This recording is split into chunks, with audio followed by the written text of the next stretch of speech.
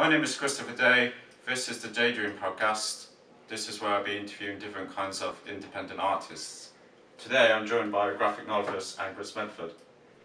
Who would you say inspires you to write these characters like Homicidal Holly and Mama? I think they were like little bits from things that kind of culminated in that kind of just fit the tone, but they were a lot more personal than most of my other work. So I mean, there were influences, but they're like so few and far between in the actual book that like I can't think of any like of real significance. So how do you wind up developing these stories? From a creative standpoint, how do you get it from a little idea to just slowly getting into the actual comic books that I can hold in my hand? Yeah, I think I've always got ideas in my head, but doing a whole comic, like especially by yourself, is very time consuming and exhausting in its own way.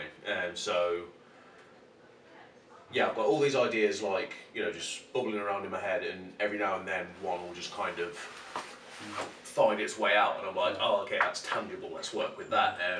But yeah, I'd say I've done less than 10% of the ideas I have, but they're kind of just gonna have to stay there until I've got the time to do them, if you know what I mean. But you know, I just take notes and do doodles and stuff, and then, you know, come back to them if I feel like it. Because just doing it by myself means I can just kind of pick and choose. You know, it's not like, you know, oh, we're doing this book, you've got 6 months to do it, you know, you've got to do a page every day. Because like I said, doing it all yourself, like Maya took, how long did that take? Probably took about 6 or 7 months to do, just because I'm doing it all by myself. But it's worth it in the end, like, it's really like rewarding. So how do you feel like if you see, like when you've seen me or when you've seen other people reading your comics, has that ever been a moment for you? Because you see other people reading them? Yeah,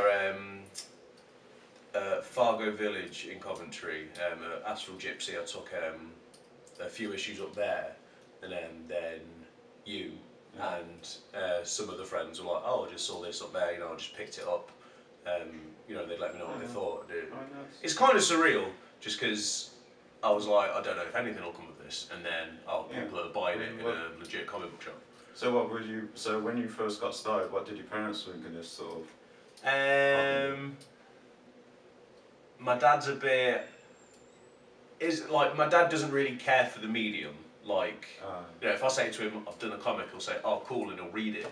But I don't think he actually cares that much about comics. So is he like, I will support you, but you secretly think he's not, you know, it's like I'm against media. It's that every Jurassic Park artist story of where they don't feel influenced. Yeah, it's not so much he doesn't support me. He's just, like I say, you know, just a bit impartial to what I do, I guess.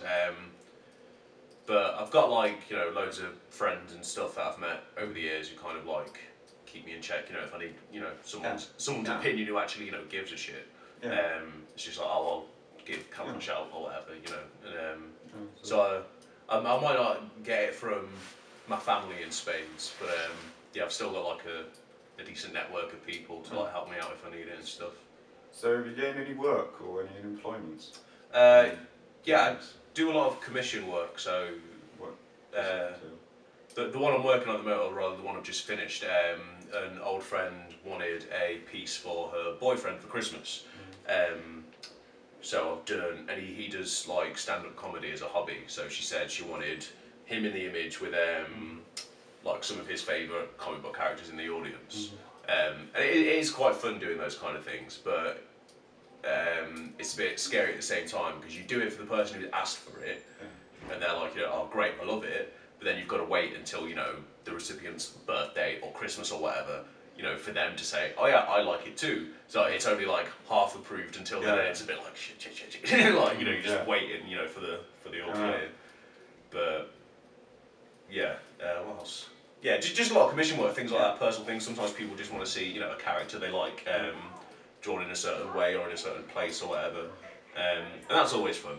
And it's kind of like flattering that people will come to me and say, you know, I would like to see this image. Can you do it for me? I will pay you. like for me to, because I'm all self-taught. I've never done any courses or anything. I should have studied art, but I didn't because I'm an idiot.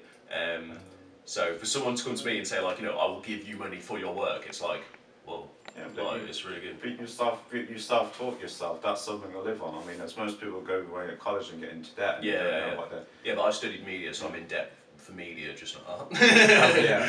So obviously, like you're in debt for media, so now you have media skills and stuff. So. Yeah, true. And it does kind of help when I'm planning a comic. So when I write a script, it reads a lot more like a movie script, but for me that's just how I understand scripts. So I'm like making sure I get, you know, what kind of shot I want it to be like, you know, is it from a high angle, like, you know, is it a long shot or whatever. So my scripts are pretty clean, like I know exactly what I'm doing. They're subject to change, they always are. Like when I'm drawing a page, you know, I might, you know, draw it out and think, you know, oh, this doesn't work as well as I thought it did when I just put it in thumbnails. So I'll like, you know, and doing it all myself, I can make those changes and not, you know, I'm not having to email like 2 other people and say like, you know, oh, I made this tiny change and stuff like that. Because I did a comic with a friend once, and you know, it's the same thing. It's like, you know, oh, this doesn't quite work like we thought it would. I made this little change, and that was always like, I mean, it's I just appreciate not having to explain why I'm making changes.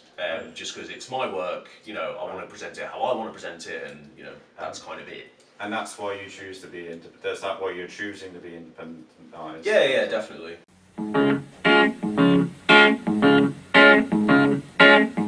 What a day for a daydream. What a day for a daydreaming boy. And I'm lost in a daydream, dreaming about my bundle of joy. And even if time ain't really on my side, it's one of those days for taking a walk outside.